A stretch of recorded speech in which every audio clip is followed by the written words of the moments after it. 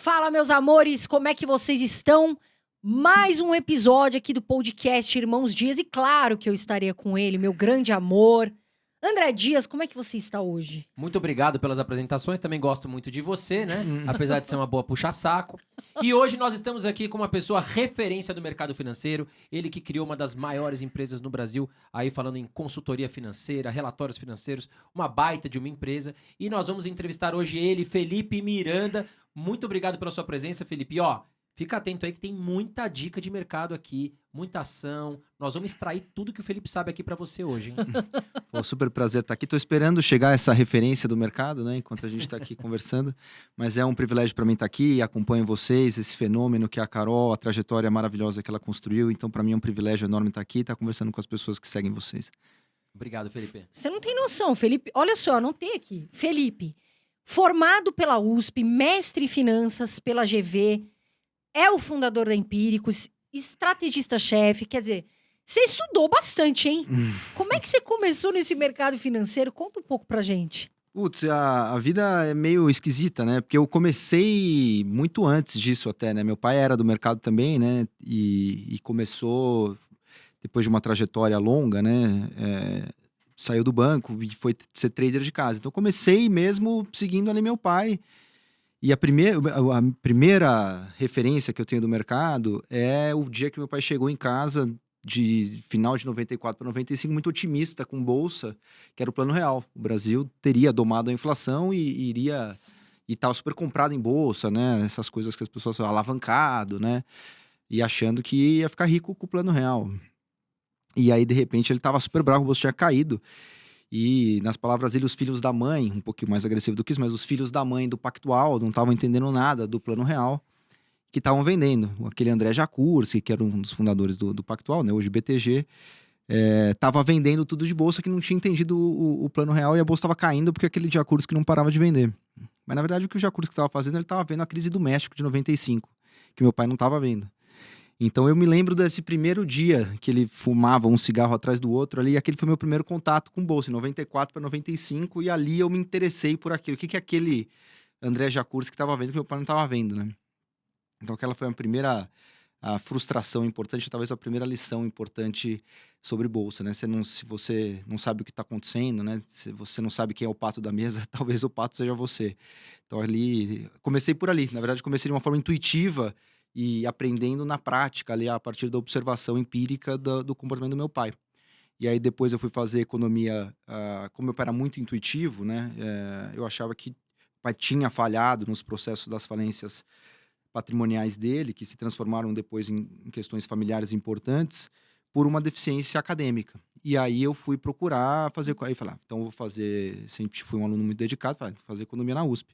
Eu comecei a fazer economia na USP, e a ideia era seguir a trajetória de trabalhar em banco. Aí fui pro Deutsche Bank.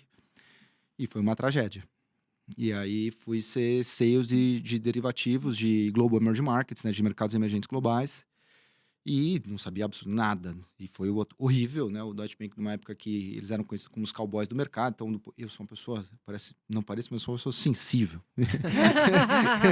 E fiquei muito incomodado com aquilo. Entrei meio mini depressão ali. Aí saí do Deutsche Bank, falei, puta, vou seguir carreira acadêmica. E aí não deu. Aí fui trabalhar na Infomani. E aí tive a ideia depois de criar Empíricos. Então, foi assim meio que as coisas aconteceram. Depois posso, se vocês quiserem, dar detalhes de como foi a criação da Empíricos. Mas o começo foi por aí, de uma forma muito anterior à perspectiva profissional clássica, assim, ortodoxa.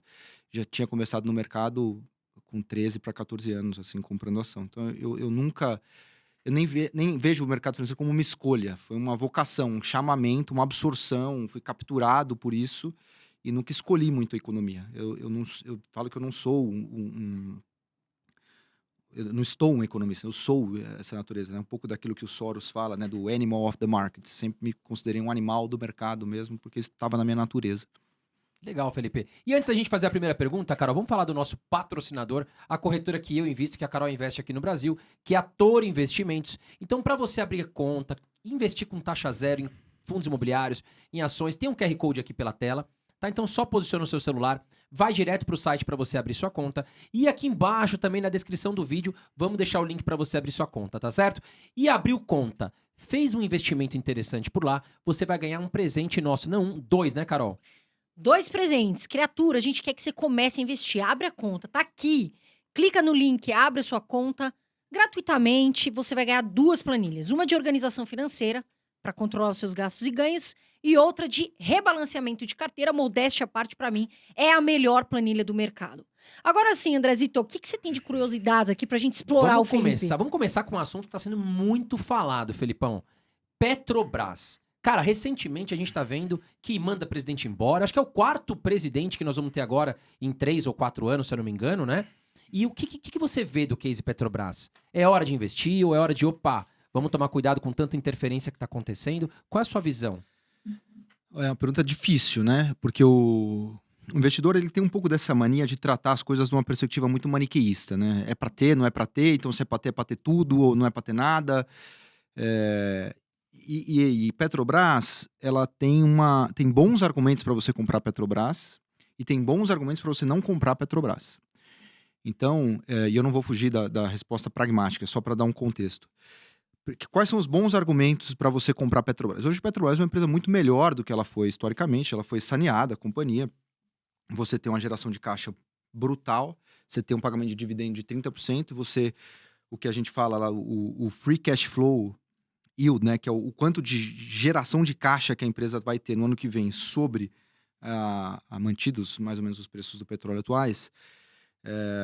A geração de caixa da companhia pelo valor de mercado dela, pelo número de ações vezes o preço das ações, isso está beirando 50%. Isso é uma brutalidade do que ela está gerando de caixa relativamente ao valor de mercado. Ou seja, mostra uma ação muito barata. E, portanto, nós, como acionistas, né, de uma perspectiva fundamentalista, né, que olham ações como empresas, a gente identifica que as ações dessa empresa estão muito barato perante a realidade operacional da companhia. Portanto, isso mereceria que ela fosse uma recomendação de compra. Ao mesmo tempo, acho que é problemático o que está sendo feito com Petrobras. E acho que dessa vez, as pessoas brincam, né? Dessa vez, você acha que dessa vez é diferente? Né? Como assim, caçoando do dessa vez é diferente. Mas, na verdade, talvez dessa vez seja diferente mesmo. Essa 4ª troca do presidente da Petrobras, porque eu acho que há um certo orquestramento institucional para você mudar, de alguma maneira, a política de preço da companhia. Não acredito nessa tentativa de privatização que está sendo feita agora. Infelizmente, eu acho que o caminho da companhia, eu sou um defensor da privatização da Petrobras, mas não acho que vai ter tempo hábil para você fazer a privatização da companhia nesse momento, com a eleição disputada como ela está e um processo tão corrido e sem os devidos estudos. Né? Esse processo de anos, não um processo de poucos meses.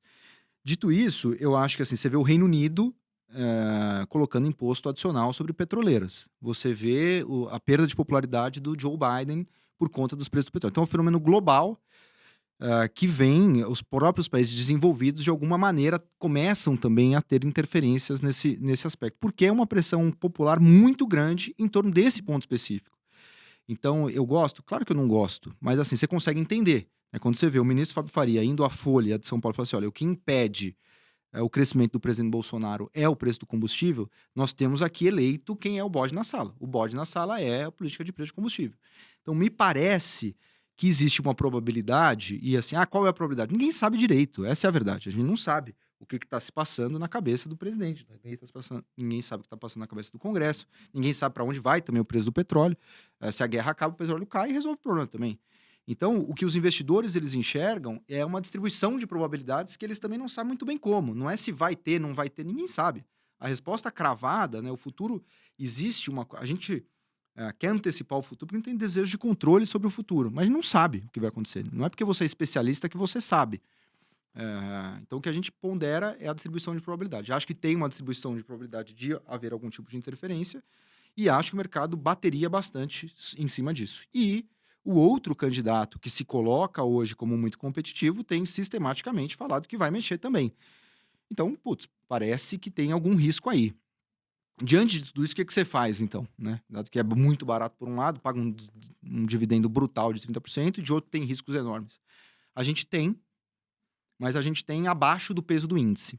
Então, diante disso, o que você faz, né? Então, o gestor, né, profissional, ele olha, às vezes, diferente um pouco da pessoa física, não é? Compra ou não compra, qual o tamanho da posição que você tem em Petrobras. Então, a gente tem, mas a gente tem numa perspectiva que a gente chama de underweight, ou seja, abaixo do peso que a Petrobras tem no índice.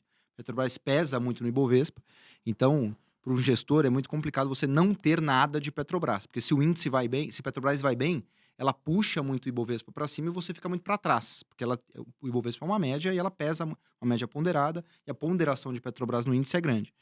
Então, quando o Petrobras, dada a possibilidade dela ir muito bem, porque o setor de petróleo é um setor que tem atraído muitos recursos de investidores estrangeiros, ela tem liquidez, atrai o investimento gringo e ela está muito barata, eu acho que a gente tem que ter, mas a gente tem menos relativamente ao índice. Nossa posição favorita no setor de petróleo é 3R, que a gente tem maior, que a gente acha que é tão barata quanto Petrobras, talvez, mas não tem esse risco todo de interferência política como tem uma estatal. Então, Legal. essa é um pouco uma longa resposta para dar essa prescrição Não, bem prática. coerente. É. Também Não, é compartilho muito a importante. sua opinião. Você gosta da Prio? Não, cara, porque aí eu acho que tá cara a ação relativamente a 3R. Então, como a gente já tem 3R no portfólio com uma posição bastante razoável e a gente tem também a posição de Petrobras, a diversificação não é e diversificação entendida como diversificação de fatores de risco e não diversificação de nomes, né? Você não vai... eu diversifico bastante. Então, Itaú, Bradesco, Santander e Banco do Brasil. Isso não é diversificação, né? Você está no mesmo setor. Então, a mesma coisa aqui. Como a gente já tem 3R, que é muito mais barata do que PetroRio, a gente não tem PetroRio. Sim, legal. Uma das perguntas que eu queria fazer, a gente está vendo um cenário diferente, 12,75% a taxa. O que você acha? Você vê como uma oportunidade para comprar bolsa? Ou vocês têm colocado mais renda fixa? É a hora de comprar renda fixa? Olha, eu não acho que nesse momento exista antagonismo entre as coisas, né? De novo, quanto você vai ter de renda fixa e quanto você vai ter de bolsa. Essa é a decisão do investidor, né?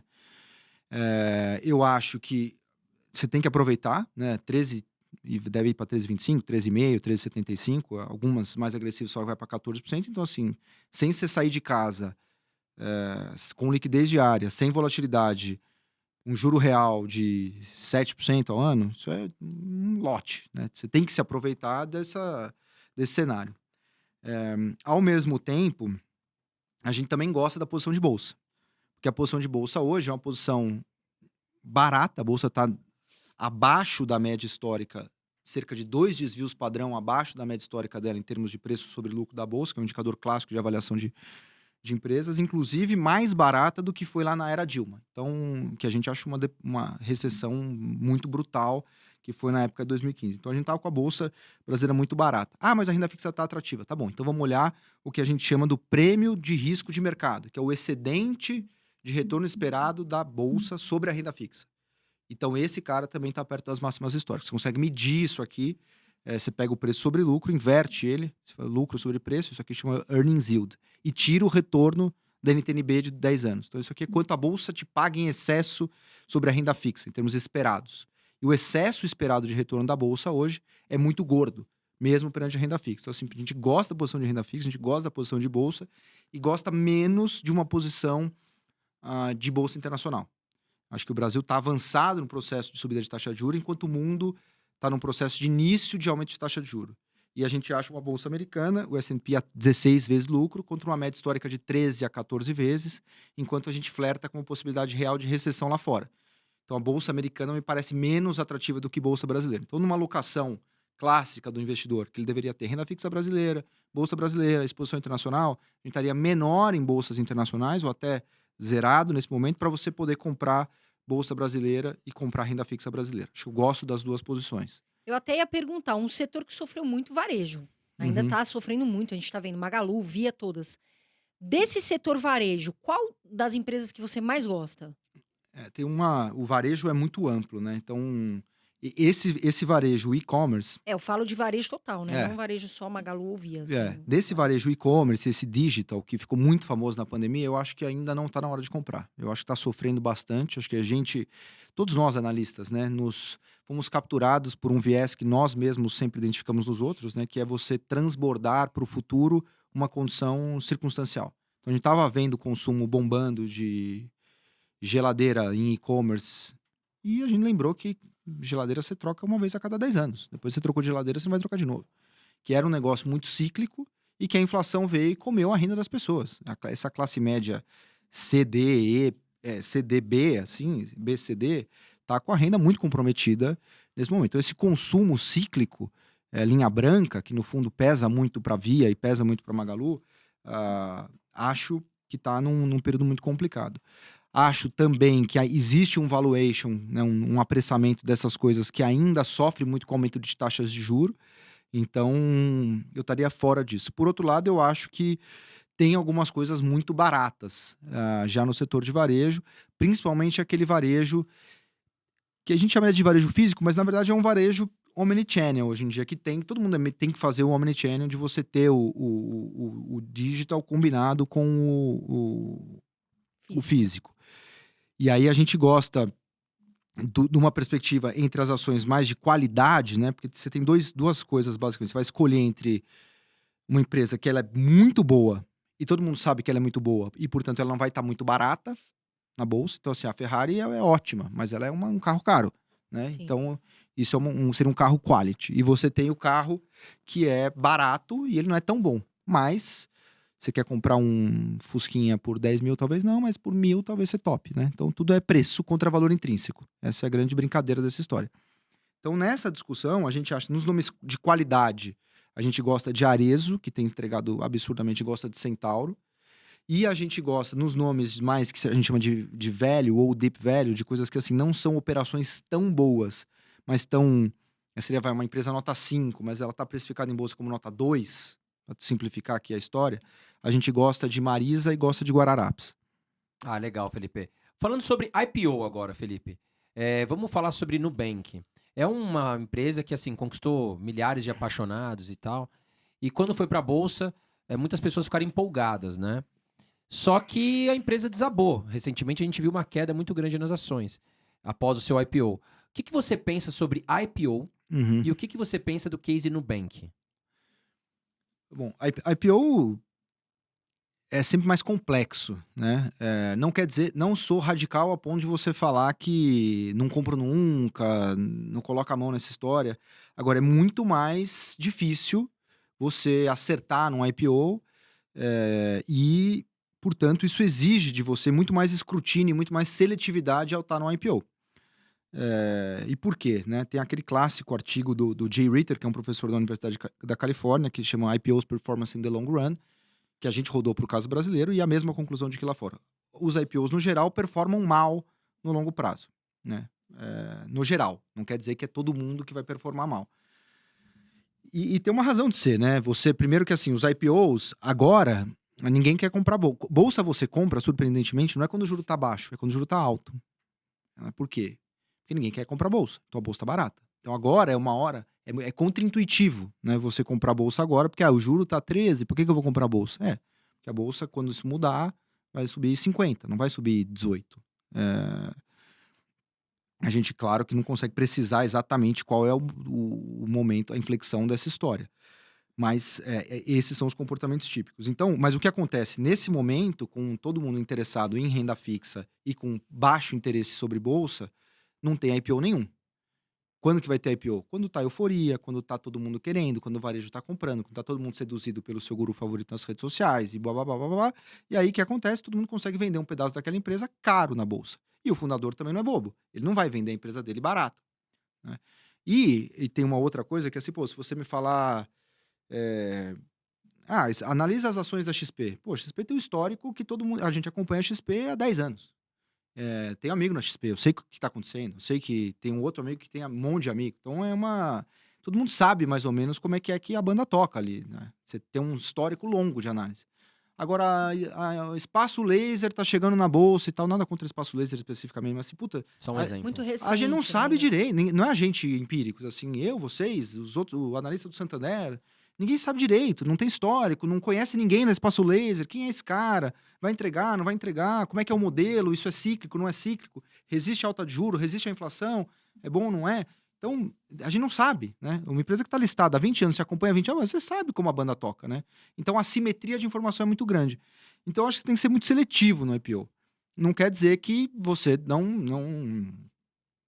não possa comprar nunca, porque ao contrário também, em contrapartida, quando você consegue usar o IPO com um fundador sério, no modelo certo, o cara comprometido, alinhado, que topa deixar um pouco de dinheiro na mesa, que assim, puta, eu não quero fazer do IPO a minha estratégia de saída num preço caro. Não, vou deixar um pouco de dinheiro na mesa, vou vender um pouco mais barato, para fazer os investidores ganharem dinheiro, porque quando eu crescer um pouco, eu vou fazer uma nova oferta de ações. Esses investidores que ganharam dinheiro comigo vão me suportar, vão me dar apoio de novo para um novo ciclo de crescimento. Quando você pega uma dessa, é uma multiplicação enorme também. Então, é um pouco do risco-retorno aqui. É muito mais arriscado, mas às vezes, quando você pega, é na veia também. Sobre Nubank, especificamente, de novo, tem que sempre voltar à discussão de preço contra valor intrínseco. O que você acha do Nubank como empresa? Eu acho o Nubank fantástico, né? Acho que o Davi fez, o que o Lago está fazendo como CFO, a marca que a companhia, o brand equity que ela representa, a disrupção no setor, forçando que todos os bancos reduzam tarifa e tal, isso eu acho incrível. O que você acha da ação do Nubank? Eu acho uma ação, a gente, inclusive, estava vendido nas ações, ganhou muito dinheiro apostando na queda de Nubank contra comprado em Banco do Brasil. A gente tem esse trade ainda, agora reduziu um pouco, porque ganhou 85%, a ação já caiu muito. Mas a gente ainda está short, né? A gente está vendido ainda. Por uma questão de preço. A gente acha que... Por preço e não só por preço. Primeiro por preço, que assim, mesmo no Nubank fazendo bem, as coisas crescendo bastante, ainda é 80 vezes lucro pro ano que vem. Essa é uma primeira coisa. A segunda coisa é uma discussão de premissa do modelo, que eu tive esse debate com o Davi Velez, e eu respeito demais, e talvez ele esteja certo, mas eu não consigo concordar com ele, que é uma premissa do modelo de Nubank, que é o NPS alto do banco, ou seja, esse indicador que criaram para medir a satisfação do cliente, o Net Promoted Score. O NPS alto, a satisfação do cliente é driver, ou seja, ela guia o CAC baixo, ela guia a aquisição de cliente a um custo baixo. Então, isso eu vou ter um cliente muito satisfeito, e como eu tenho um cliente muito satisfeito, eu consigo atrair novos clientes pelo boca a boca, isso vai aumentar a base muito fácil, sem muito gasto adicional com marketing, com produto, etc. E eu acho que isso acontece, esse NPS muito alto, ele cai à medida que você começa a produtar o cliente. E aí você tem... É muito fácil você ter um NPS muito alto quando você não vende nada. Quando você tem 2 produtos, sua conta remunerada e o seu cartão de crédito que não te cobra tarifa. Agora, no momento em que o Nubank mandar lá uma tarifazinha para o cliente que adora o Nubank, esse NPS do cara cai. E o Nubank vai ter que fazer isso, porque ele tem que monetizar. Não é uma instituição filantrópica, né? Exato. Precisa ter lucro.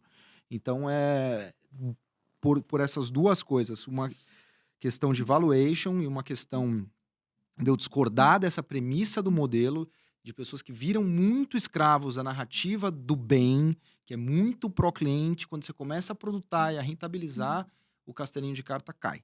Então, essa é a minha... E o desafio enorme no Brasil, que é todo mundo que não é banqueiro, que começou a dar crédito, bateu com a cara no muro. Né? Uhum. Foi o caso do Inter, foi o caso da Stone. Então, sou cético com o Nubank e ainda tô short nas ações da companhia. Tô vendido. Em relação... Tem uma empresa que muita gente pergunta, Felipe, que é a VEG. Uhum. Você acha que vale a pena investir na VEG agora? O que você acha do case? VEG é um caso de sucesso espetacular. Só sobe, assim, irritante, né? Porque você acha a ação cara, ela fica mais cara todo dia na sua cabeça. É tipo a Ferrari que você falou, né? Vai Se- estar sempre se- cara. cara e vai ficando cada vez mais surpreendente. Você fala, não vou comprar a Ferrari hoje, tá muito cara, né? Aí amanhã, fala, caramba, devia ter comprado ontem, né? Porque agora tá mais cara. Aí, não, agora não dá mais, agora já subiu muito, ela sobe mais 5 amanhã.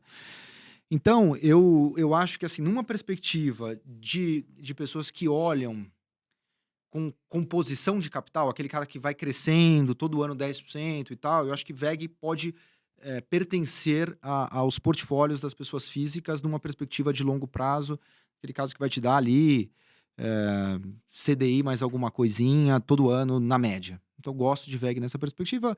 Um exemplo empresarial fantástico de sucesso de caso brasileiro, internacionalizado, de fato, tem oportunidade gigantesca na Índia que eles estão tocando. E que pode ter uma nova VEG na Índia se eles conseguirem implementar o que eles querem implementar. Dito isso, nas minhas carteiras eu não tenho, porque eu acho, de novo, num momento de bolsa muito barata, eu acho o custo de oportunidade de ter VEG Você alto. acha que tá cara, né? Eu acho uma ação cara. E ela vai ser sempre cara, igual o Droga Raia, né? Raia, você fala assim, a Raia é cara. É óbvio que é cara, é tão boa e cresce tanto, entrega tanto, que ela vai estar sempre cara. Mas você tem raia? Puta, eu não tenho, porque eu acho que assim, tem retorno. Qual o retorno esperado das ações da VEG? Sei lá, 15, 16, 17%, beleza. Eu tenho outras coisas aqui que, com razoável margem de segurança, eu consigo ver 25, 30%. Então, eu não tenho VEG, nada contra a VEG. Acho ótima a companhia.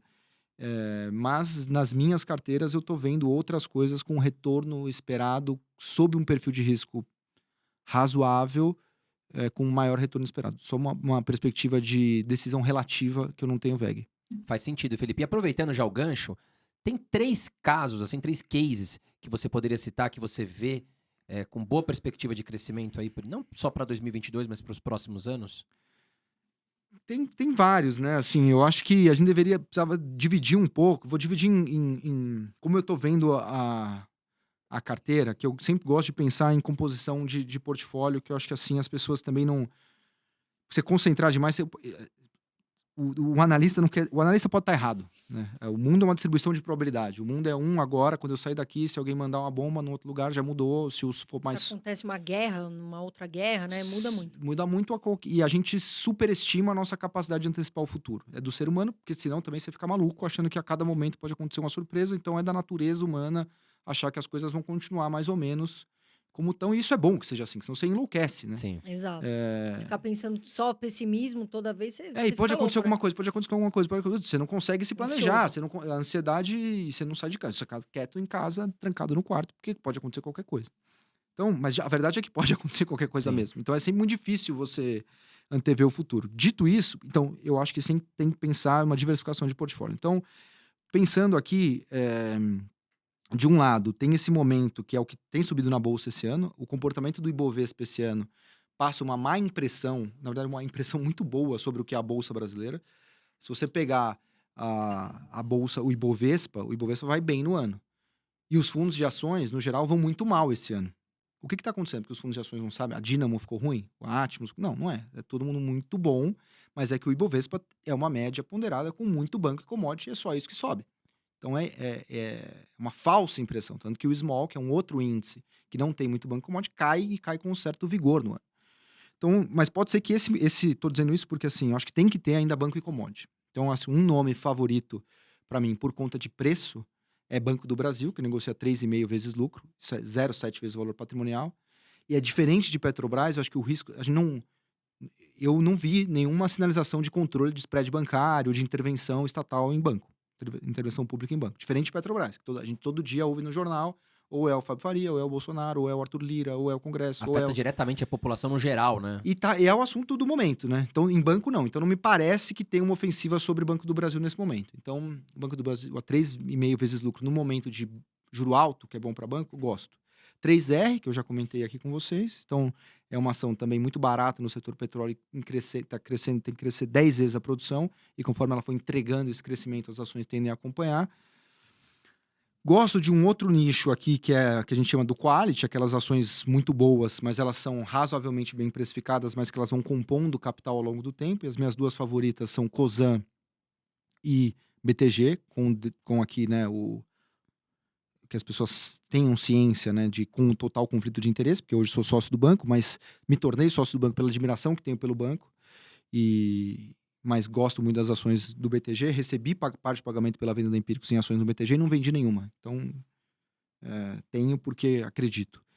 E nessa parte das ações que são mais arriscadas, e aqui as pessoas têm que ter um pouco mais de cuidado, né, porque justamente é esses bichos mais ariscos, né? Eu já citei a Marisa, que é uma que é muito barata, mas é problemática, né? Não tem uma operação.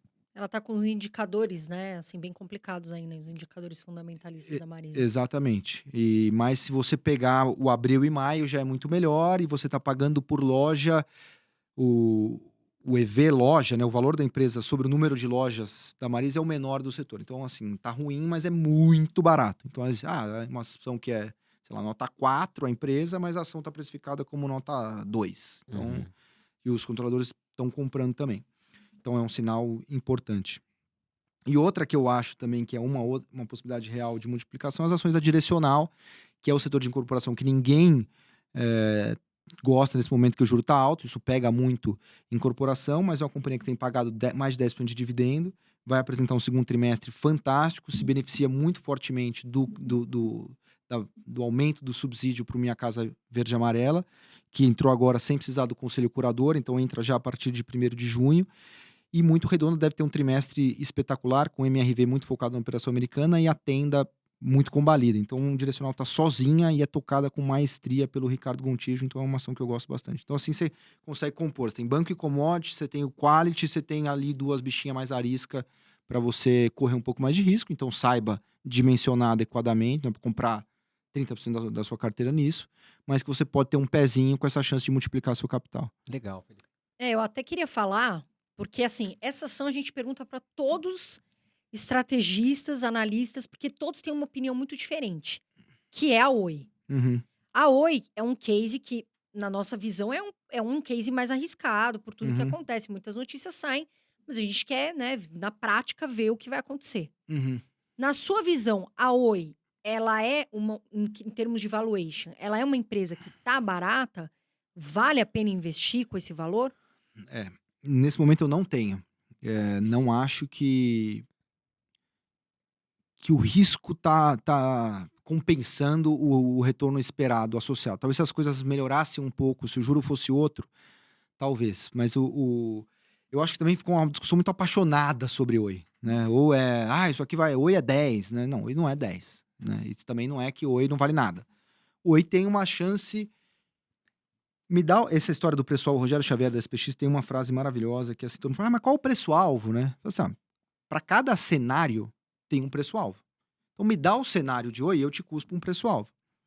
O problema é, a gente não consegue ver com clareza o cenário. Qual é o juro, como é que vai ser a Vital, que é essa empresa de fibra que ela está fazendo, que eu acho fantástico, mas a gente tem que ver a execução. Então, se eu visse um pouquinho de controle da queima de caixa e visse essa Vital pegando tração e vendo uma carinha do IPO dessa Vital aí 2023, 2024, aí eu poderia comprar Oi. Já tive Oi, perdi dinheiro com Oi, ou seja, errei, né? Como Faz parte. o Jakurski fala muito isso, né, cara? Oi, esperamos, cansamos de esperar. Uma hora não dá mais. E foi um pouco isso. Assim, acho que o momento, de novo, se fosse uma outra bolsa, que assim, as pessoas estivessem muito aquela complacência com riscos até de junho do ano passado, que comprava qualquer coisa, tinha IPO de qualquer coisa, dava para comprar Oi. Agora, com todo mundo muito seletivo e com ações boas, negociando o BTG tá 10 vezes lucro, então não tem por que correr o risco na Oi aqui com o BTG a 10 vezes lucro, sabe? Uma coisa, Banco do Brasil tá 3,5 vezes lucro, para que eu vou comprar Oi? Então, o custo de oportunidade de você carregar Oi nesse momento, com uma bolsa, com algumas ações da bolsa tão baratas, acho que não vale a pena. Mas não é que o Oi também não vale nada, tem chance, entendeu? Tem chance. Acho que só que o risco dessa chance, dadas as outras possibilidades, não me parecem circunstancialmente atraentes. No momento atual, a gente tem possibilidades melhores, né, Felipe? Foi o que você falou. Você tem uma baita empresa que é o Banco do Brasil, que gera lucros atrás de lucros crescentes. Bateu agora o primeiro TRI de 2022 recorde, né? Os bancões não morreram, então você tem aí um baita banco barato. O BTG, que é um excelente banco também. Foi o que você citou, ficou muito bem explicado. Uhum. E errar também faz parte de todo investidor, né, Felipe? Eu também tenho um monte de cases aqui pra falar que eu perdi dinheiro. O importante, acho que é acertar mais do que errar. Porque errar, a gente vai errar alguma hora, não tem jeito, né? Citando o Jakurski de novo, ele tem uma frase maravilhosa, né? Que inclusive facilita as pessoas assim, o investidor ele tem que assumir que ele está sempre errado. Porque se você comprou e subiu, você foi burro que você comprou pouco. Se você comprou e caiu, você foi burro que você não devia ter comprado. Então você está sempre errado. Exato, você sempre vai perder. Se você assumir Erra que você... menos, né? Você Só dá assume, uma eu tô errada sempre menor. errado. Então eu acho que assume que vai... Se você não tiver... E ainda é uma lição da vida também, né? A vida não é de não errar nada, né? Se você não errou nada, provavelmente não é que... Se você não arriscou nada, não Você tem é mais, como, né? você é mais Dar certo. medroso do que competente, Aí tem que né? estar na renda fixa, né? Também não tem um pouquinho de apetite a risco. É. Agora, Felipão, uma ação que você fala, cara, essa ação aqui, independente do cenário, vou carregar por longos anos na sua carteira pessoal. Cosan, eu acho. Cosan? É. Bacana, legal. Embora o BTG pudesse... É o caso pessoal, né? A gente recebeu... Eu tenho Casa de Ferreira e Espeto de Pau, né? Defendendo aqui enormemente a diversificação, mas o peso que as ações de BTG têm no meu portfólio pessoal acabou ficando gigantesco. A gente recebeu parte do dinheiro da venda da Empíricos em ações do BTG. E se eu fosse um investidor estritamente racional, eu deveria vender um pouco das ações de BTG, porque eu tenho muita. Não nada contra a ação, é porque só porque eu tenho muita perante o meu portfólio, né? O peso, o percentual das ações do BTG é muito grande, mas não tive coragem de vender nenhuma. Então, por isso, devo também citar aqui uma menção honrosa às ações do BTG. Mas a minha favorita, a minha maior posição da carteira é Cosan. E Cosan vem sofrendo nas últimas semanas, né? Vem caindo, né? Até melhorou na última semana, vinha caindo. Uma dúvida muito forte sobre o resultado de Raízen, né? Que é a operação dele de açúcar e álcool, e o mercado descontando muito. Cosan virou uma holding, né? Que basicamente tem Raízen, que é o açúcar e álcool, a distribuição de combustíveis, a Rumo, que é a empresa de ferrovias, a Compass, que é a empresa de gás, e a Moove, que é a empresa de lubrificante. Só a Moove ainda não é listada. E a Cosan é uma holding que administra tudo isso. O desconto de holding começou a aumentar muito no mundo, as pessoas preferindo estar mais perto do fluxo de caixa, ou seja, estar na atividade operacional. Então, o desconto que a Cosan negocia em relação às operacionais dela aumentou, que é um fenômeno global sobre isso, e muita dúvida sobre o resultado de Raízen. Mas aí soltou o resultado, a empresa está super bem e fez um deal. A Moove comprou aquela empresa que faz o lubrificante Mobil e foi um deal muito bom também. E aí desde então tá andando bem. Mas no ano não tá bem.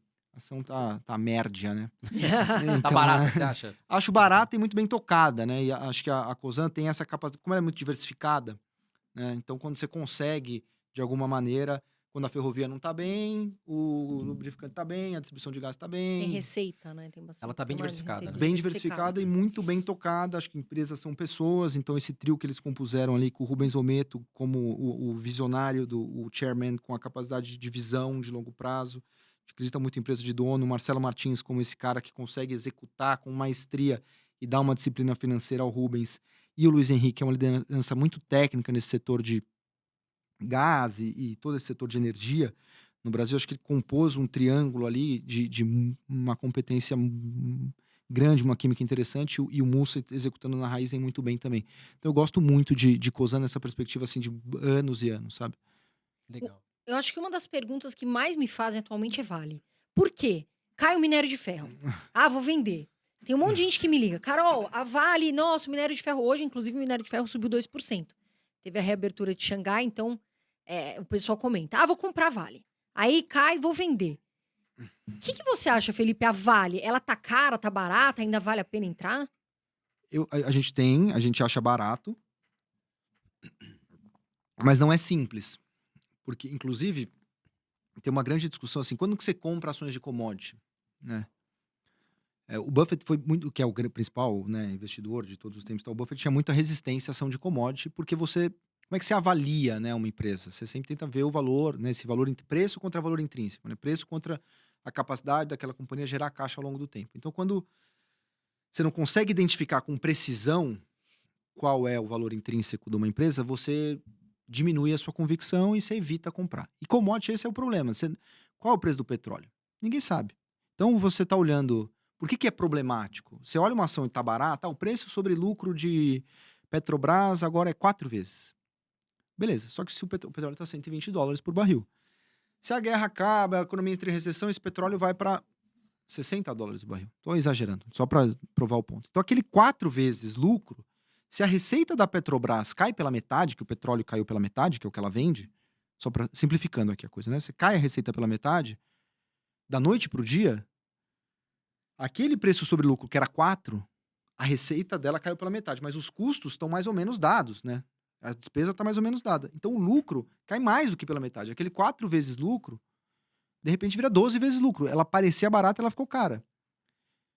Então, como o commodity tem um componente de reversão à média, o que isso quer dizer? Quando o petróleo está muito caro, aquelas empresas que não produziam petróleo porque o posto dela não era tão produtivo a $60, a $120, o xisto americano começa a ser produtivo. Então, tem mais oferta, você libera a oferta, o preço cai. Né? E a própria demanda, o preço muito alto, as pessoas param de consumir, o preço volta também para o... Então, tem um grande componente de reversão à média em commodity. Por isso, muita gente fala assim, não, commodity você tem que comprar quando a ação está cara. Numa perspectiva de múltiplos, de preço sobre lucro. Por que isso significa? Que ela está tendo um lucro baixo, porque o preço da commodity está baixo. E aí o múltiplo alto que você está vendo, ninguém tem, porque você está achando caro. Só que aquele lucro, de repente, começa a aumentar, porque a commodity começa a subir. E aí o preço sobre lucro começa a cair. Então tem um grande... Quando que você compra commodity? É quando está barato ou quando está caro? Então é uma grande discussão metodológica.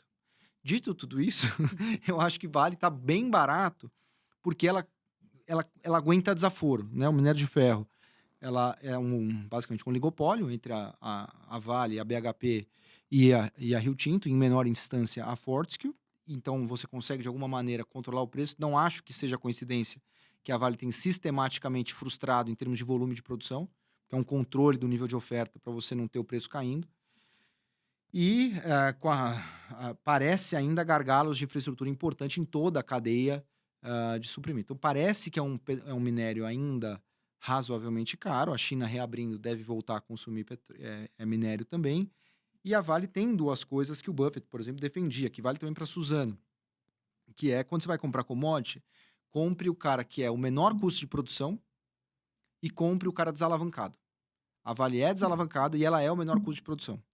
Então, com isso, por que o menor custo de produção? Porque quando a commodity cair, os outros morrem e ela sobrevive. Só ela consegue produzir minério a $30 por tonelada. Então, os outros vão morrer, ela vai comprar os outros, no limite, ela domina a produção de minério no mundo se ela for o low cost producer, né? O produtor marginal de menor custo. Então, ela reúne essas qualidades e me parece, pagando dividendo de mais de 10%, fazendo a maior recompra da história, negociando aí a 4 vezes a geração de caixa, me parece bem barato também, por isso a gente tem. Você olha de forma positiva, Felipe, quando uma empresa recompra as ações, você fica atento, opa, se ela está recomprando é porque ela mesma acredita no valuation dela ali. Sim, no geral sim, mas tem que olhar caso a caso, né? A recompra, ela é uma alocação de capital do caixa da companhia. Tem um lado perverso a recompra aqui. A recompra, quando ela recompra a ação, em vez de destinar aquele dinheiro para fazer um projeto, ela está fazendo assim, olha, eu não estou vendo um projeto de altíssima rentabilidade também. Né? Quando você comprou as ações da Vale, você imaginou que ela usasse o dinheiro para fazer mais eficiência operacional. Não é para ela ser uma trader de ação da bolsa, da própria ação. Né? Então tem um lado perverso. Tem dois outros lados perversos, que é empresas de baixa liquidez. O mercado tem penalizado muito empresas de baixa liquidez, porque a indústria inteira de fundos de ações tem tomado resgate. Então, às vezes, o cara faz, puta, eu sou gestor, a Carol me pediu um resgate, eu tenho que honrar o resgate da Carol, porque ela quer comprar um CDB do Itaú, que está pagando para ela uma LIG no Itaú, que está pagando 14% ao ano. E ela está de saco cheio da bolsa, que está meio de lado, ou caindo há 12 meses, então eu vou sacar do fundo do Felipe. Aí vai sacar do fundo do Felipe, eu sou obrigado a ir lá e vender um pouco das ações que eu tenho para entregar para a Carol o dinheiro que ela sacou. E aí, nas ações que não tem liquidez, uma decisão compulsória, não queria estar vendendo, mas eu sou obrigado a vender para honrar o resgate, eu peso naquela ação e as small caps caem relativamente às large caps. É isso que está acontecendo, e aí o gestor, que não é bobo, está vendo essa dinâmica que não para de resgate, ele já começa a migrar o portfólio dele para large cap, porque ele não quer correr esse risco de um outro gestor vender na cara dele e a ação que ele tem cair, uma espécie de corrida bancária. Óbvio, né? Aqui, metaforicamente, não é uma corrida bancária, mas assim, só para... Você sabe que o outro gestor vai vender, você vende na frente, aí o outro também sabe que aí as small caps apanham tanto. Então, quando você recompra uma ação, você retira a liquidez do mercado. Você tinha 10%, se você recompra 10% das ações, aquelas 10% que podiam estar trocando de mãos com maior fluidez, agora estão na sua mão. Então, você adicionou o risco de liquidez para a ação. Então também tem esse componente perverso. E tem outras situações muito particulares em que o instrumento de recompra de ação vira um instrumento para defender o preço da ação. Então o controlador está preocupado, não é uma boa alocação de capital, ele recompra a ação cara, só para defender um preço de ação. Isso é o que a Sequoia chamou do death spiral, né? o espiral da morte que a companhia liga. Ela já está num momento de dificuldade operacional, mas ela tem que dar uma satisfação para os acionistas. Então, ela começa a recomprar a ação dela, às vezes não está barato. Então, ela está comprando uma ação a 10, que daqui a 2 trimestres, quando acabar a recompra, a ação vai estar 5. Então, além da dificuldade operacional que ela tem, ela vai ter o prejuízo da marcação dessas ações. E a coisa fica mais feia ainda. Aí ela vai ter que vender essas ações a 5. Ela vai gerar mais pressão vendedora ainda e vai perder dinheiro no trade. Então, a recompra, em geral, é boa, mas não quer dizer que seja sempre boa. Tem que olhar com cuidado. Legal. Agora, falando muito comentado, Traders Club. A gente viu quando, né, teve o IPO, muita gente comentou. E agora também vem, né, sendo, enfim, criticada por alguns, outros não. O que você acha em relação ao valuation? Traders Club, vale a pena, não vale? A gente viu mudança drástica, né, no case, assim, na bolsa. Eu acho que a ação é muito cara perante o que estão entregando, né? A ação tem. A empresa tem caído os resultados, né? Caiu 10% a receita, o custo aumentou, tem EBITDA negativo, né? Uma margem líquida negativa de 50%.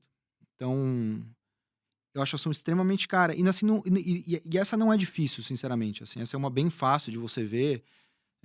Coisas. É uma aberração o preço da ação, né? Você pega. E é fácil de ver, assim. Você pega o Modal.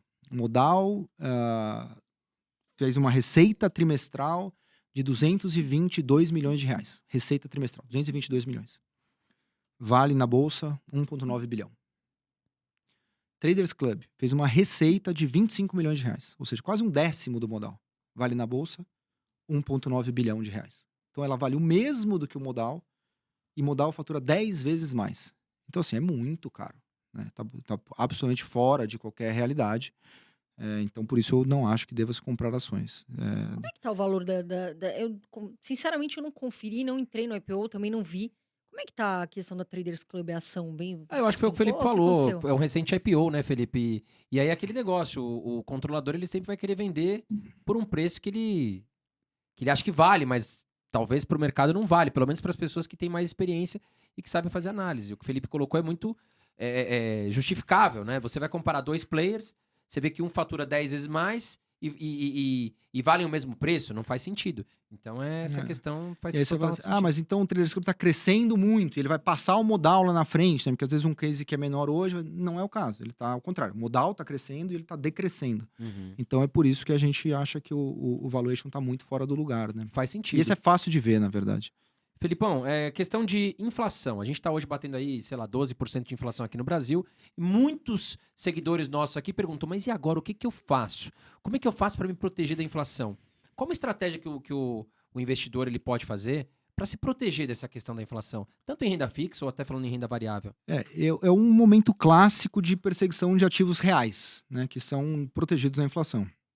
Então, em momentos assim, ações de commodities costumam andar bem, imóveis costumam andar bem, metais preciosos que são commodities costumam andar bem, e obviamente, os títulos indexados à inflação, né, que pagam inflação mais alguma coisa, Protegem, né? protegem da inflação, então a NTNB, né, o IPCA mais e tal, todos esses caras protegem da inflação. Tem um risco aqui? Puta, tem, mas não acho que seja o caso, né? Mas em momentos extremos acontece, não sejamos ingênuos, principalmente em mercados emergentes acontece. Qual é o risco da NTNB, né, do IPCA mais, que é te proteger da inflação, é o governo começar a roubar no IPCA. Uhum. Né? É o que acontece quando a inflação começa a ficar muito alta, aí o governo começa o quê? A medir para baixo a inflação. Te paga menos, mas na verdade o mercado... Você vai no mercado e você fala, ué, a inflação tá 6%, mas pô, tô pagando 3 vezes mais caro, 20% a mais aqui no arroz, no ovo, né? Exatamente. Esse IPCA que você vê é uma cesta, né? Uhum. Então é uma cesta de bens que não necessariamente ela é uma aproximação do que é a sua cesta de consumo. Mas não necessariamente ela reflete a cesta de consumo. E o famoso clássico, agora o tomate está puxando o IPCA, então manda caminhão de tomate lá onde vai ter coleta de inflação. Não dá para roubar a inflação. Mas isso é um cenário extremo. Não é o que acontece no Brasil hoje. Não acho que vai acontecer no curto prazo. Por isso, eu me sinto confortável ainda em comprar os IPCAs mais, ou Tesouro NTNB, como é que você quiser chamar. Mas a gente tem que saber que tem esse risco. Mas não acho que é agora. E gosto das empresas que têm o que a gente chama de pricing power, né? O poder de preço, de remarcar preços. Empresa que tem marca, Arezzo tem marca. Então, ela tem... Você não vai deixar... As pessoas têm condição, né? Se subir um pouquinho a sandália da Arezzo, o desejo de ter a sandália da Arezzo, Ela justifica o preço, né? vai justificar o preço. Então, Diferente do case que você falou de linha branca, né? Que Geladeira Electrolux é a mesma que compra na Magalu ou compra na Via Varejo, né? Perfeita a sua análise. Esse, inclusive, é um dos grandes problemas quando a competição ataca muito. Se você chega o Shopee e você chega o AliExpress aqui, cara, muda um pouquinho a dinâmica do setor, porque você não está muito preocupado em comprar no Magalu, na Amazon ou você quer a sua geladeira Electrolux. Exato. Agora, a sandália da Schutz é a sandália da Schutz. Né? Então tem esse componente exatamente de arte. Vivara, né? A joia da Vivara. A joia da Vivara. Todo mundo que tem esse brand recognition, né? Esse reconhecimento de marca muito grande, você quer ouvir a Carol Dias, o André Dias. Você não quer ouvir um outro podcast. Então, Exato. todo mundo que não é commodity consegue marcar preço.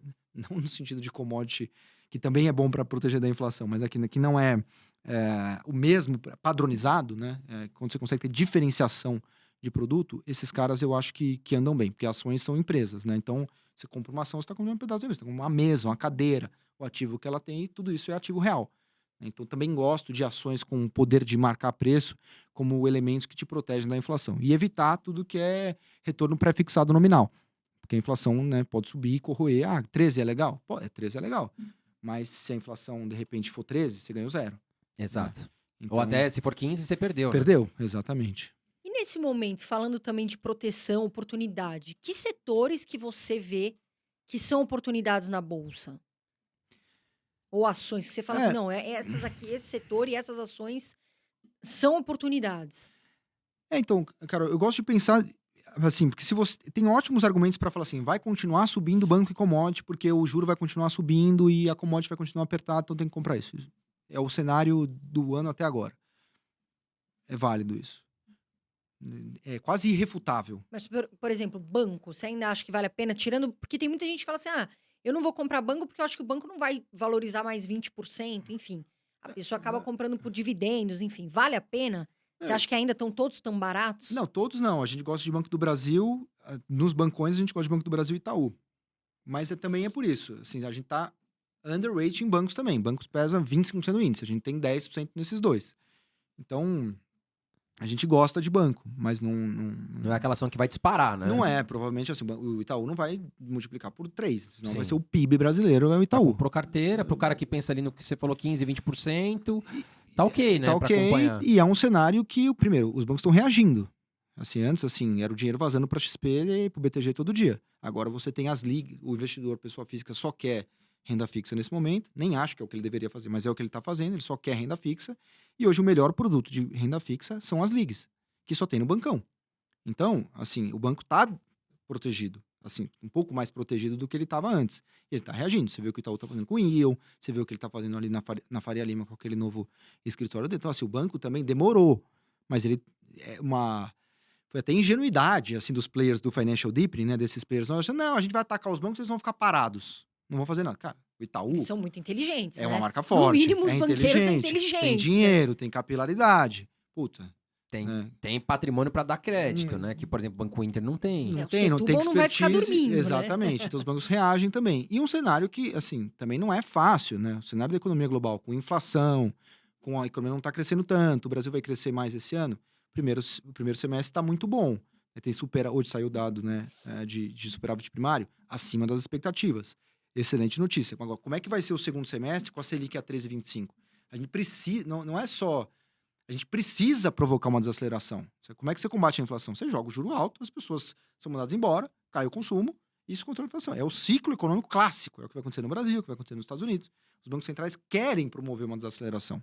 Não quer jogar na recessão, mas é muito difícil você calibrar exatamente, né? Porque os efeitos são defasados. Você não sabe exatamente, assim, você joga o juro a 13,25 e você vai ver o efeito daqui 6 meses. Puta, mas aí talvez você tenha exagerado no processo também. Você não vê, né? Então você vai subindo.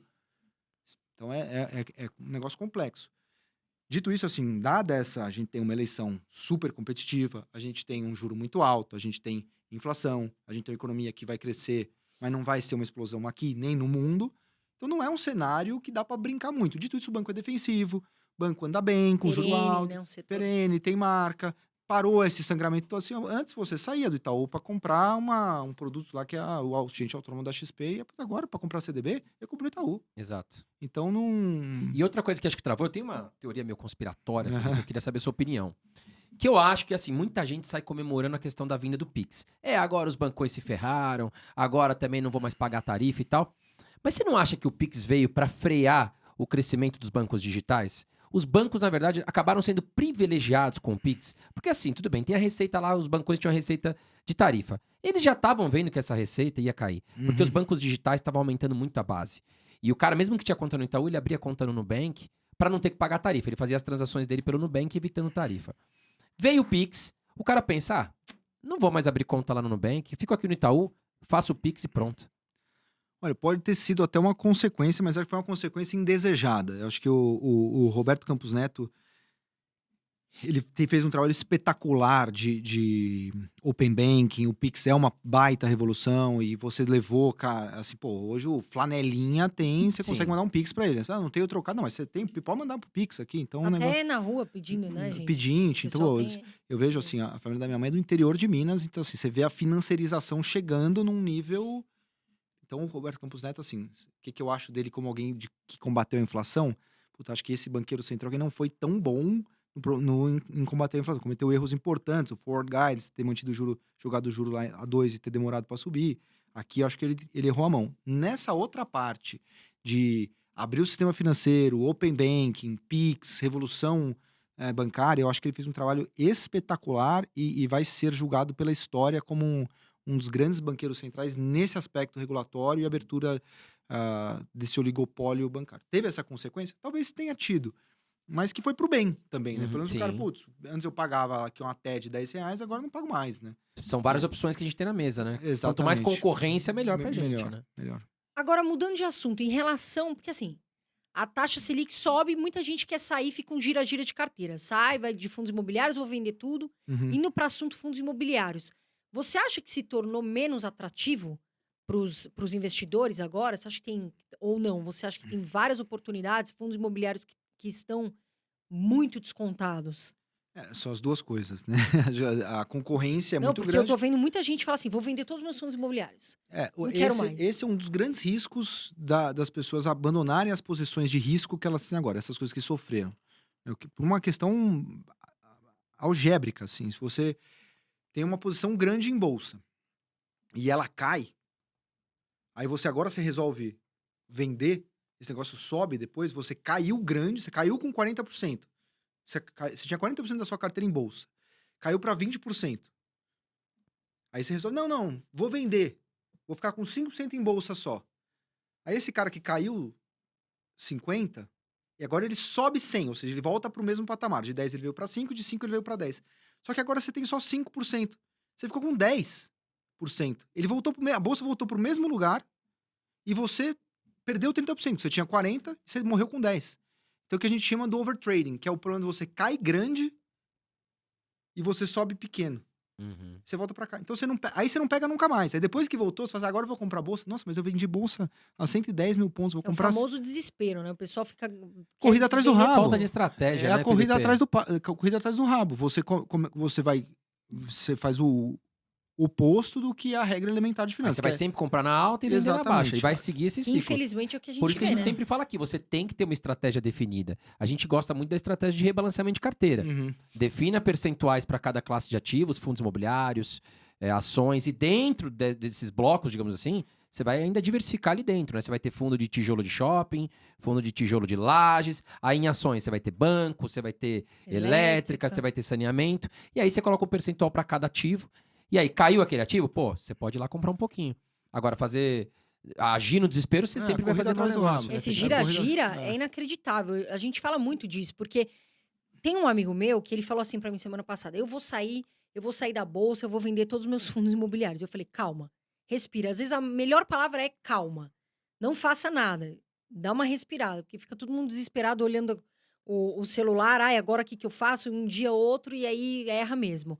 Agora, quais fundos imobiliários você acha, assim, se você pudesse falar 3, que você fala assim, olha, esses fundos, na minha visão, estão baratos?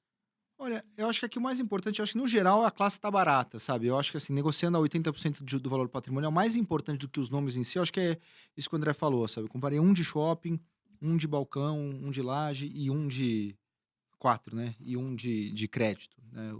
Que vai Mas comprar tem papéis. algum, por exemplo, não, esse Não, aqui eu gosto mais de tijolo, ou esse Não, aqui... eu também, assim, confesso que assim, hoje a gente tem eu sou mais portfólio manager, CIO, do que analista de fundos imobiliários e a gente respeita muito o trabalho da equipe, né? Então ficaria muito mais confortável que o Caio Araújo, que é o nosso analista de fundos, dessem os PICs do que eu dar os PICs, né? Acho que a de ação, eu me sinto mais confortável. Fundos imobiliários é um negócio que não é do meu dia a dia. Então, se uma cripto, eu não vou falar, porque eu não me sinto confortável. Acho que fundos imobiliários é mais assim, eu consigo ver como classe, e eu acho que tá legal. Você investe, mas pra dar pitch, você acha que o acho que o tem que Felipe ter- não tá no dia a dia estudando ali os fundos sim, é. imobiliários, todos os né? dias, É. todo momento, sim. Então eu não quero falar um nome aqui que eu não vou me sentir tão confortável e posso colocar as pessoas, às vezes, numa roubada. Então acho que o mais importante é diversificar e seguir um analista que acompanha isso com a devida profundidade. A gente tem 40 analistas lá na Empíricos olhando isso todo dia, então... E a gente erra pra caramba. Imagina a pessoa sozinha em casa, vou eu escolher. A chance de dar ruim é grande, né? Eu fiz um estudo recente de fundos imobiliários, que eu gosto de estudar essa classe de ativos, né? E os fundos imobiliários de tijolo, digamos assim, shoppings, escritórios, eles ainda estão bem atrativos, né? Os fundos de papel, eles já estão com valuation ali até um pouco caro, a maioria, né, dos bons fundos de papel, porque eles estão muito atrelados à questão da renda fixa. Então, como eles começaram a pagar muito dividendo, eles acabaram ficando caros, porque a procura foi muito grande. O IRD, né? né? E os fundos de tijolo ficaram para trás, porque ainda não se recuperaram do tombo da pandemia. Então, mas é uma classe que eu gosto bastante. Agora, Felipe, vou pedir uma licencinha aqui para você. Eu quero pedir para você curtir o nosso vídeo aqui. Se você tá gostando do Felipe Miranda, gostando, né, da apresentação minha e da Carol e gosta do nosso canal, é importante que você deixe o joinha aqui no vídeo, porque vai ajudar a gente Dá um like, a que fortalecer é de graça, o canal. por favor. E não esquece de se inscrever, esteja inscrito para você receber sempre notificação aqui do nosso canal. E já deixa sua pergunta também, já é um monte de pedido, já deixa sua pergunta aqui embaixo, que a gente vai responder, nossa equipe promete que vai A responder gente para vai você. perguntar, vai mandar o WhatsApp do Felipe Miranda pra vocês. Pode perguntar que a gente vai mandar pro WhatsApp do Felipe e voltamos com a resposta. Agora, Felipe, muito tem se falado sobre estratégia de dividendos. Você é um investidor que você pensa em investimento em ações buscando dividendos ou você prefere a questão de crescimento? Eu acho que é uma composição das coisas, sabe? Eu não... Nesse momento eu não... Escolhi as palavras certas aqui. Não vejo, assim, eu tô num momento ainda, acho que de construção patrimonial. Né?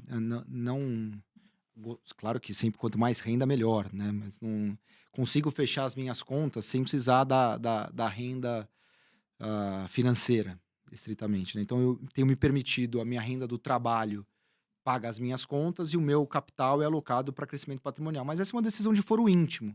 As pessoas que gostam de renda, elas podem montar portfólios de renda e se elas precisam crescer capital, elas vão focar em crescimento capital. Agora, o que eu acho um erro é as pessoas não entenderem o que elas estão fazendo. Ou pegar uma estratégia de um super bilionário e falar assim, eu vou fazer igual esse cara, que ele é um cara que vem e compra dividendo. Tá bom, aí eu vejo as pessoas...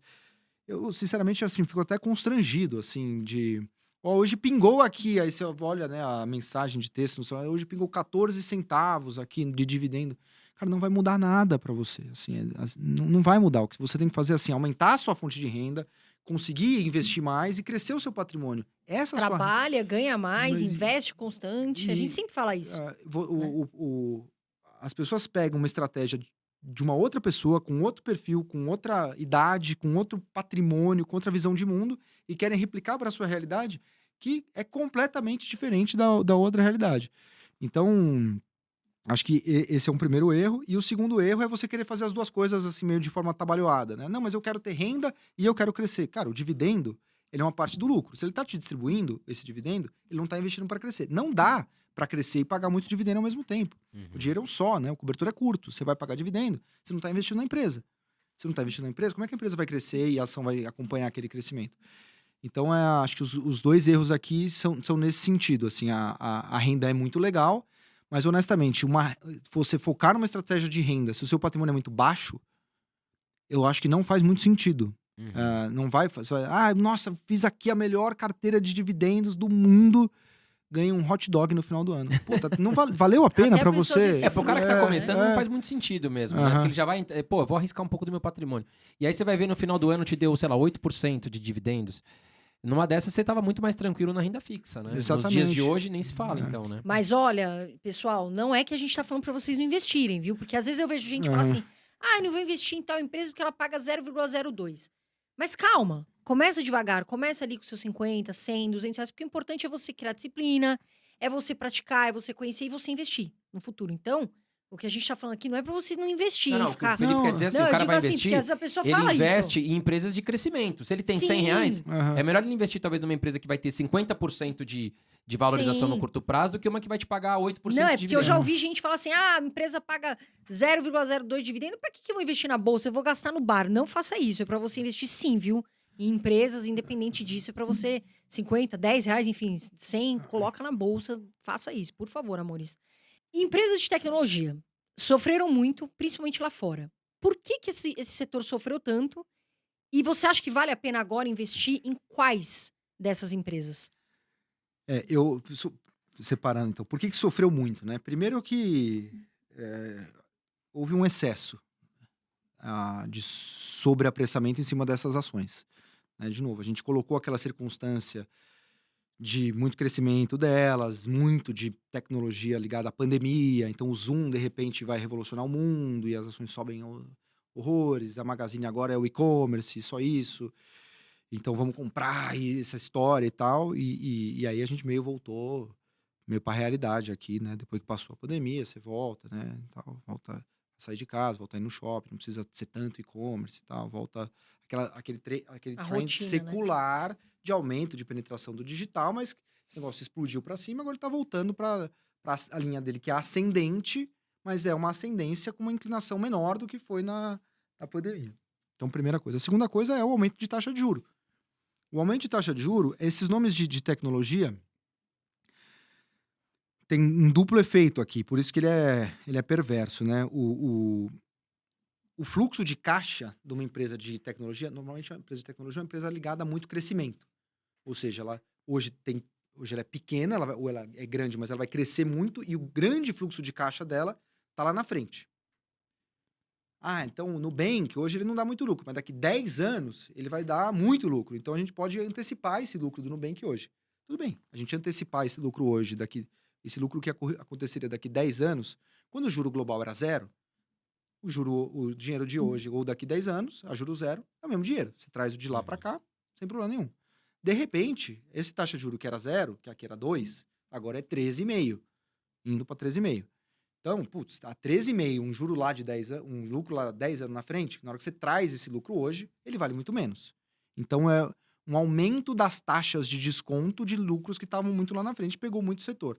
E também, claro, o lucro projetado de todo mundo lá na frente também foi revisado para baixo, porque o cenário agora é muito mais difícil.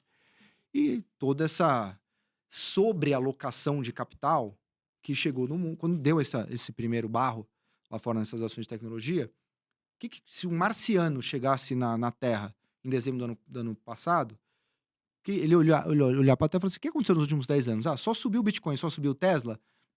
Acho que eu vou comprar Bitcoin e Tesla, né? É só isso que sobe. E aí, o que aconteceu? O mercado da Colômbia reduziu 80%.